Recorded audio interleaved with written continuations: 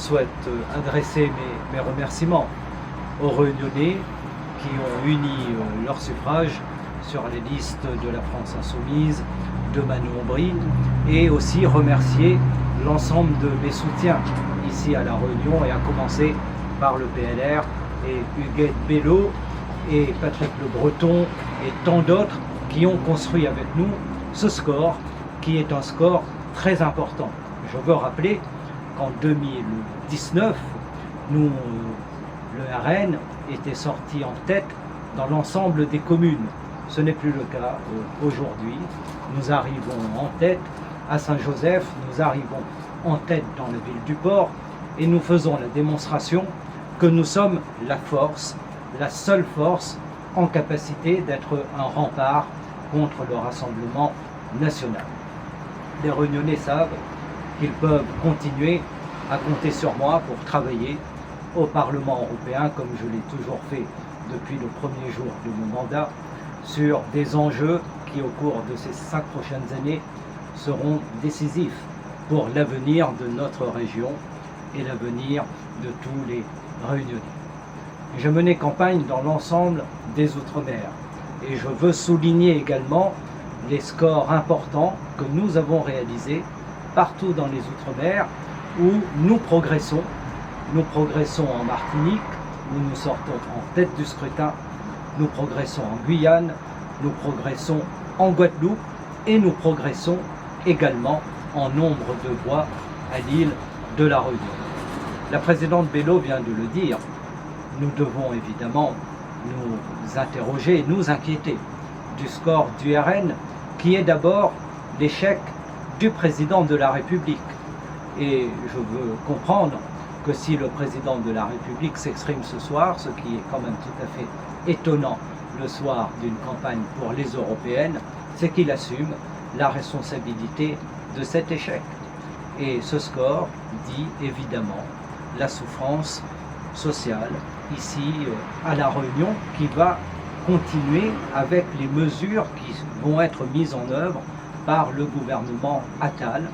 Nous sommes forts, nous sommes organisés pour, à partir de demain, apporter la résistance nécessaire à l'ensemble de ces mesures qui portent atteinte aux intérêts des Réunionnais. Après les régionales de 2021, les présidentielles, les législatives de 2022 et aujourd'hui les européennes de 2024, c'est le 4e scrutin populaire d'affilée où les Réunionnais placent le PLR, notre force politique, comme première force politique de gauche à La Réunion.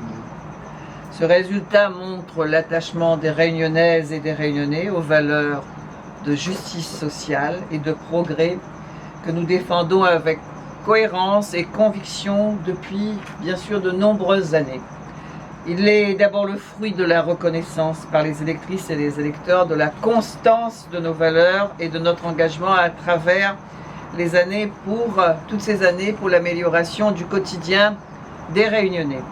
Alors bien sûr, mes premiers mots sont pour remercier tous les électeurs et toutes les électrices qui se sont déplacés pour faire vivre la démocratie en erreur préférée qui est plus de monde. Je remercie également toutes les personnes qui ont tenu les bureaux de vote. J'adresse un remerciement particulier à celles et ceux qui continuent à porter à nos côtés les valeurs de progrès social. Je souhaite aussi adresser un message personnel à tous nos militants qui, durant toutes ces semaines, n'ont pas compté leur temps, n'est-ce pas, ni leur énergie pour construire ce résultat. C'est leur courage et leur constance qui ont été le moteur de cette avancée. Younous Omarjee est à nos côtés. Bravo à toi, cher Younous.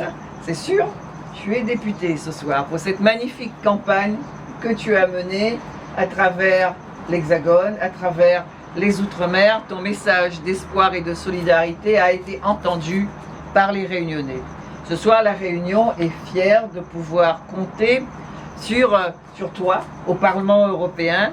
La Réunion est fière de savoir que tu vas prolonger ton travail important, ton travail précieux au sein des institutions européennes. Ce travail qui a fait progresser l'Europe, la France et surtout la Réunion ces dernières années.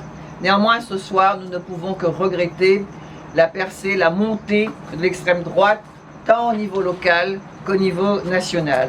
Malgré tout, j'ai la conviction que le score de ce parti est surtout la conséquence d'une colère que les Réunionnais ont voulu exprimer et non le partage des valeurs véhiculées à travers, pendant toutes ces années, par ce parti au relent nauséabond.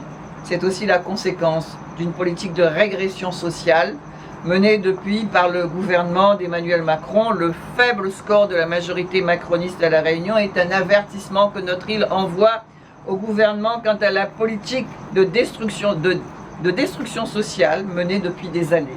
C'est également un signal fort lancé par nos concitoyens pour une meilleure prise en compte des préoccupations réunionnaises, de la création d'emplois, de logements et face aussi à la destruction et également des services publics, le pouvoir d'achat, l'avenir de la jeunesse, par la santé, l'éducation et le désenclavement de notre île. Ce soir, je voudrais dire aux Réunionnaises et aux Réunionnais que nous continuerons à porter avec dévouement leurs espérances. D'autres échéances nous attendent ces prochaines années. Je pense notamment aux municipales, je pense à la présidentielle. Les Réunionnais peuvent compter vraiment sur notre engagement.